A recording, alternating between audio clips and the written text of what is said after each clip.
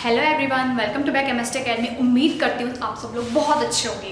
तो इससे पहले वाले लेक्चर में हमने क्या सीखा था? कोई भी रूट वाला नंबर है उसको इरेशनल प्रूफ करना। आज हम उससे रिलेटेड सिमिलर क्वेश्चंस करेंगे जो आपके एग्जाम ऑफ व्यू से बहुत इंपॉर्टेंट है, चाहे आप एनसीईआरटी बोर्ड वाले हैं, सीबीएसई बोर्ड वाले हैं। ये टॉपिक, ये क्वेश्चन, इस टाइप के क्वेश्चन आपके लिए बहुत बहुत बहुत ज़रूरी है, क्योंकि अगर आपको ये नहीं आता तो इसका मतलब आपके 5 नंबर 3 नंबर गए। क्योंकि आप चाहे कोई से भी एग्ज़ाम का देख लो फॉर्मेट, ठीक है, तो उसमें इस टाइप का एक क्वेश्चन ज़रूर आपको मिलेगा। ओके, तो ज़्यादा बातें नहीं करते हैं, सीधे क्वेश्चन स्टार्ट करते हैं। इससे पहले जो हमने रूट 2 को इरेशनल प्रूफ किया था, सेम हमें रूट 3 को भी वैसे ही इरेशनल प्रूफ करना है, बस 2-3 स्टेप थोड़े डिफरेंट होंगे, बाद बाकी सेम वही फॉर्मेट है। तो जिसने इससे पहले वाला लेक्चर नहीं देखा तो उसको पहले ज़रूर देख ले। ओके, तो आते हैं क्वेश्चन पे। देखो यहाँ पे रूट 3 को हमें इरेशनल प्रूफ करना है। इरेशनल का मतलब जिसको हम पी बाई क्यू की फॉर्म में नहीं लिख सकते हैं, ओके, वो हमारा इरेशनल होता है। तो मैंने बोला था सारे रूट वाले नंबर जिनका स्क्वायर रूट फाइंड आउट नहीं किया जा सकता वो क्या होते हैं? इरेशनल होते हैं। और मैंने ये भी बोला था कि प्रूफ में क्या होता है, हम इनको सबसे पहले लेट करते हैं कि सपोज यहाँ पे ये कॉन्ट्रडिक्शन, ये विरोधाभास, मतलब इरेशनल का विरोधाभास क्या होगा? रेशनल होगा।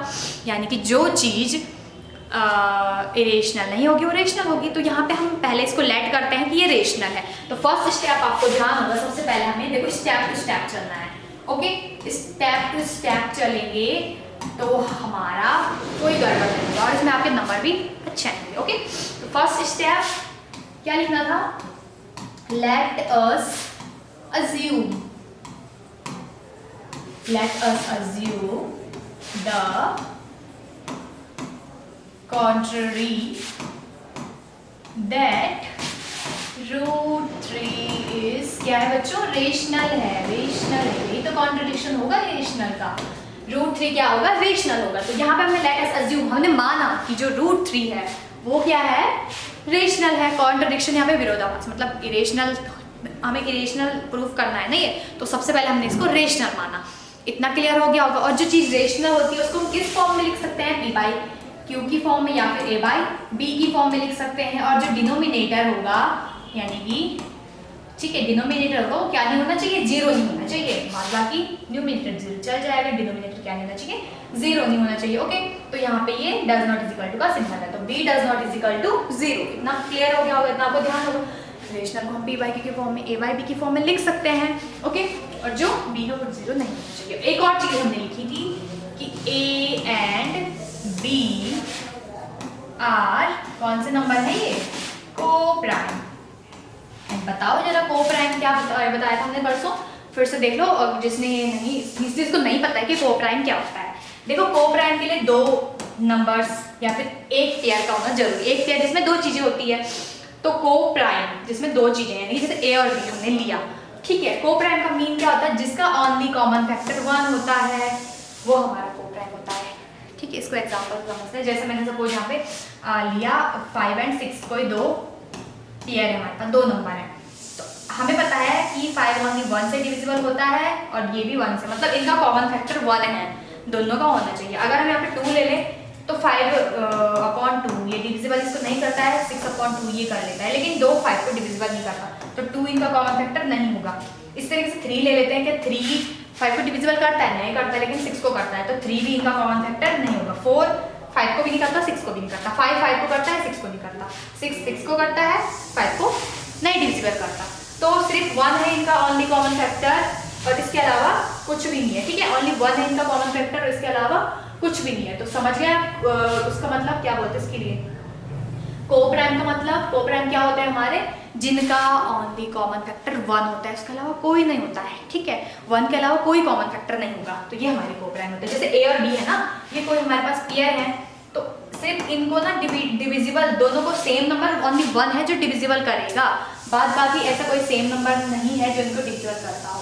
तो इतना क्लियर हो गया होगा। चलो ठीक है, इसके बाद नेक्स्ट, अगर मैं इस बी की मल्टीप्लाई रूट 3 के साथ करा देती हूँ तो root 3 b is equal to a हो जाएगा, क्योंकि जो डिवाइड में होता है बराबर किधर मल्टीप्लाई में आ जाता है, 10th में होता है, तो आपको पता ही होगा। इसके बाद नेक्स्ट क्या था? स्क्वायरिंग। जो इक्वेशन आई है ना, इसका स्क्वायर करना है और लिखना भी है। Squaring both side. देखो ये जो लिख रही हूँ ना मैं, ये बहुत इंपॉर्टेंट है और ज़्यादा मुश्किल भी नहीं है। अगर आप ये लिख के नहीं चलोगे तो आपके नंबर अच्छे नहीं आएंगे, ठीक है। मतलब ये लिखना थोड़ा जरूरी होता है, बताना तो है ना कि हम क्या क्या कर रहे हैं। देखो जो जो हम कर रहे हैं वही लिखना है, ऐसा कुछ नहीं कि क्या रटना है तुम्हें, कुछ नहीं। फर्स्ट स्टेप में इसको लेट करा कि √3 रेशनल है, बस। सेकंड स्टेप में रेशनल की फॉर्म लिखी, ए और बी को प्राइम बताया, ओके। थर्ड स्टेप में स्क्वायर करा, बस स्क्वायर भी करेंगे हम। देखो कैसे √3b का होल स्क्वायर इस में ए स्क्वायर। जो चीज़ हमने लिखी, मतलब जो चीज़ हमने की वही हमने लिखनी है, बस ऐसा कोई वो नहीं इसमें लॉजिक है। चलो इसका स्क्वायर करते हैं, ये क्या हो जाएगा √3 का स्क्वायर हो जाएगा, नेक्स्ट b का स्क्वायर हो जाएगा और a का स्क्वायर हो जाएगा। होल स्क्वायर का मतलब दोनों का स्क्वायर, ओके। इतना कंफर्म है। अब हम नए पेज पे चलते हैं। अब यहाँ पे देखो क्या होगा, स्क्वायर से रूट कटेगा तो क्या बचेगा, 3 बचेगा। वहाँ पे कटता है ना, स्क्वायर से रूट कट जाता है तो 3 बचेगा वहाँ पे। नया पेज ले लेते हैं, ठीक है। कितना आएगा वहाँ पे 3 बचेगा, तो b का स्क्वायर का b स्क्वायर ही रहेगा, a स्क्वायर का a स्क्वायर ही रहेगा। अगर मैं इस 3 को ऐसे लेके जाती हूँ, देखो b square is equal to a square upon में 3, तो यहाँ से क्या कंक्लूजन निकाल सकते हैं हम। यहाँ पे हम लिखेंगे कि a square is divisible by 3। जो 3 है ना वो a स्क्वायर को क्या कर रहा है, डिवाइड कर रहा है। और जब किसी चीज के स्क्वायर को, जैसे मैंने बोला 3 के स्क्वायर को 3 डिवाइड कर रहा है, 3 का स्क्वायर कितना होता है 9/3 करता है ना डिवाइड, ऑब्वियसली 3 1 जा 3, 3 3 जा 9, कितना आंसर आया 3 आया, तो ये करता है डिवाइड। तो अगर मैं सिंगल 3 ले लूँ तो सिंगल मतलब जो उसका स्क्वायर है किसी चीज का, तो सिंगल जो उसका स्क्वायर नहीं होगा ना उस नंबर को ले लूँ मैं, तब भी तो ये 3 इसको डिवाइड करेगा कि नहीं करेगा। तो यहाँ पे हम लिखेंगे, कुल मिला के मैं आपको ये समझाना चाह रही हूँ, एक मिनट, हाँ मैं आपको ये समझाना चाह रही हूँ कि अगर किसी नंबर के स्क्वायर को कोई नंबर डिवाइड करता है तो सिंगल उस नंबर को, यानी कि a square is also divisible by 3, okay.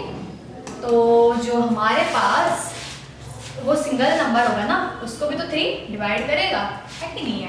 तो ये हमारा कंक्लूजन फर्स्ट निकल के आ गया, या समीकरण इक्वेशन फर्स्ट, इसको आप लेट कर सकते हो। कंक्लूजन फर्स्ट हमारा निकल के आ गया। अब हम क्या करेंगे बच्चों, अब हम क्या करेंगे, a की कोई वैल्यू ले लेंगे।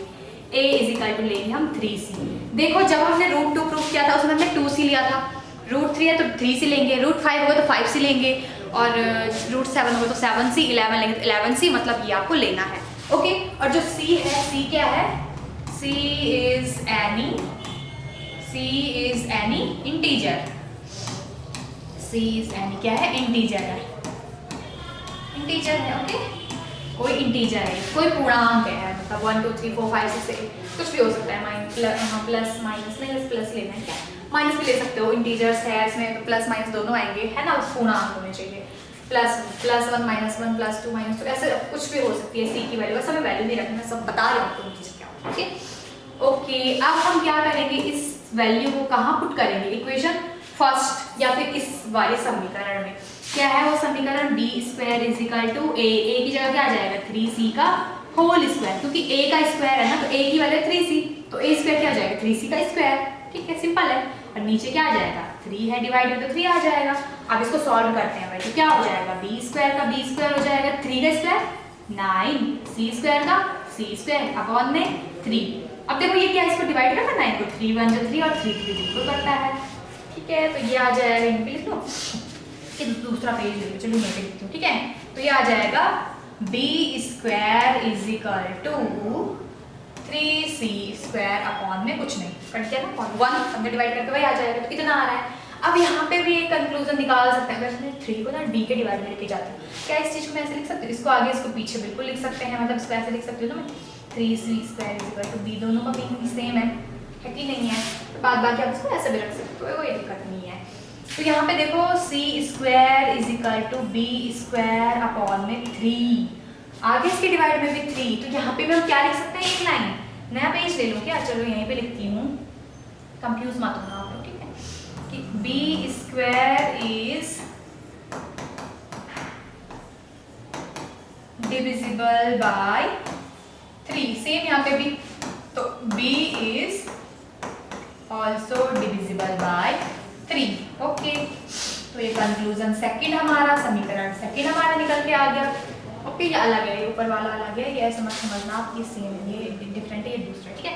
यहाँ से इसके बाद ये है, देखो इसके बाद क्या करा हमने, कुछ नहीं करा, सेम यहाँ पे बेस 3 को b के डिवाइड में लेके आए। यहाँ पे हमारा क्या कंक्लूजन निकल रहा है कि जो b जो 3 है ना वो b स्क्वायर को भी डिवाइड कर रहा है और b को तो करेगा ही, तब जब स्क्वायर को डिवाइड कर रहा है तो b को भी डिवाइड कर रहा है। तो यहाँ पे क्या गड़बड़ी आ रही है, यहाँ पे ये गड़बड़ी आ रही है कि जो a और b है, a एंड सिंस, पहले सिंस ठीक है, since a and b having common factor 3। अब a और b का तो कॉमन फैक्टर क्या आ गया, 3 आ गया, बट हमने क्या लिया था कि जो a और b है ना, जो a और b है ना वो क्या है, a एंड b, और नहीं आएगा यहाँ पे, a एंड b, जो a एंड b है वो कौन से नंबर हैं, वो प्राइम नंबर है।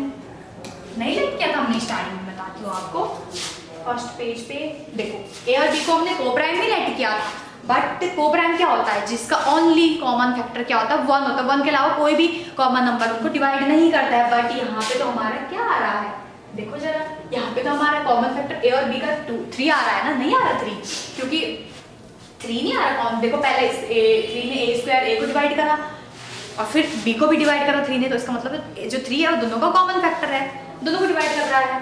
ऐसा क्यों निकला होगा, क्योंकि हमने गलत अजम्पशन किया। तो फिर लिखेंगे so this contradiction is arisen. क्यों है अराइजन, क्यों है गलत, because of our wrong assumption, हमने गलत माना, रॉन्ग अजम्पशन, हमने गलत लेट किया, ठीक है। तो ये P है ना, assumption P, because of our wrong assumption. तो अब हम अपनी गलती को सुधारेंगे। So this contradiction arisen because of our wrong assumption, therefore क्या गलती की हमने, देयरफॉर जो √3 है इज, वो क्या है, वो इरेशनल ही है, इसीलिए हमारा विरोधाभास निकल के आ रहा है, ठीक है। फर्स्ट और सेकंड इक्वेशन से, फर्स्ट और सेकंड इक्वेशन से देखो कहाँ है फर्स्ट और सेकंड इक्वेशन, आगे चलेगी पीछे चलेगी, ये फर्स्ट और सेकंड इक्वेशन से हमारा क्या निकल के आ रहा है, क्या कंक्लूजन निकल के आ रहा है कि जो 3 है ना वो a और b दोनों का कॉमन फैक्टर है, ओके। और जब वो दोनों का कॉमन फैक्टर है तो लेकिन वो तो a और b तो को प्राइम माना था हमने, इसका मतलब विरोधाभास निकल के आ रहा है। इसीलिए यहाँ पे हमने लास्ट में लिखा कि सो दिस कॉन्ट्रडिक्शन इज अराइजन, गलत है, हमने जो यहाँ पे अज्यूम किया है वो गलत है, हमारा अजम्पशन यहाँ पे गलत है। जो हमने माना था कि क्या माना था हमने कि √3 क्या है, रेशनल है, तो उस गलती को हमने सुधार दिया है, देयरफॉर √3 इज इरेशनल। वो क्या होगा, इरेशनल होगा। बस इतना आप समझ लो, जैसे तैसे करके स्टेप टू स्टेप देखो, फिर से देखो एक बार है। अगर आपने इतना समझ लिया मतलब आपके फिक्स हो गया। फर्स्ट स्टेप क्या है, फर्स्ट स्टेप इतना, पहले आपने इसको लेट करना है, लेट अस अज्यूम कि रेशनल है, रेशनल की फॉर्म। सेकंड स्टेप स्क्वायर करना है, ये रहा सेकंड स्टेप, स्क्वायर किया, ठीक है। स्क्वायर करने के बाद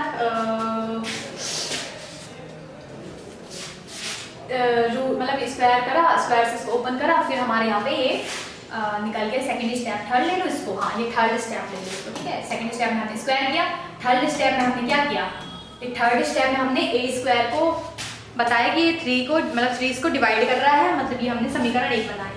फिर इसको फोर्थ स्टेप ले लो, ठीक है, फोर्थ ये चलेगा ना, ठीक है। फोर्थ स्टेप ले लो आप इसको, फोर्थ स्टेप में क्या आएगा कि a की वैल्यू 3c ले लो, c कोई इंटीजर है, फिर सेम वैल्यू पुट करो इक्वेशन में, वैल्यू पुट करो इक्वेशन में। फिफ्थ स्टेप ले लो, वैल्यू पुट करने के बाद यहाँ पे सेम ये आएगा जैसा हमने इसमें लिया था कि 3 है, b स्क्वायर को भी डिवाइड कर रहा है, ये फिफ्थ स्टेप हो गया।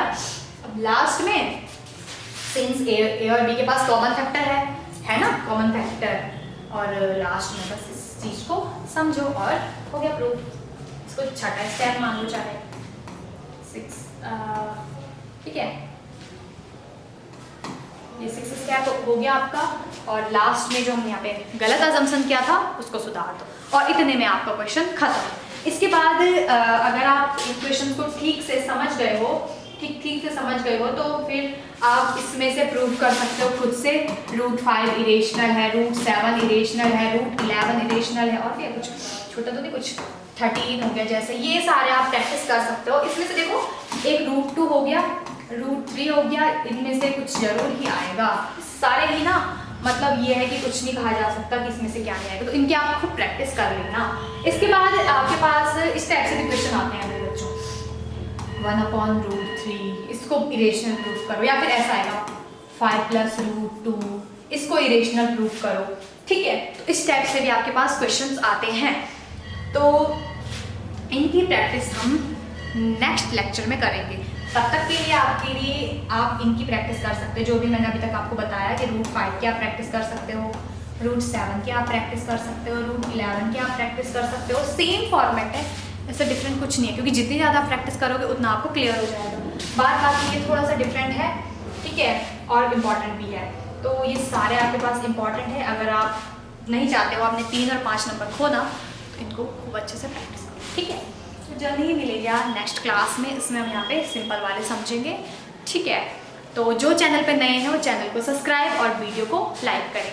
और जो भी आप टॉपिक पढ़ना चाहते हो ना बोल्ड के लिए, जिसमें आपको डाउट हुआ या फिर जो चीज़ आपको समझ नहीं आई, तो आप कमेंट करके बता सकते हो, फिर हम स्पेशल उन्हीं चीज़ों की वीडियो आपके लिए सेपरेट बनाएंगे, ओके। ठीक है, जल्दी मिलेंगे नेक्स्ट क्लास में।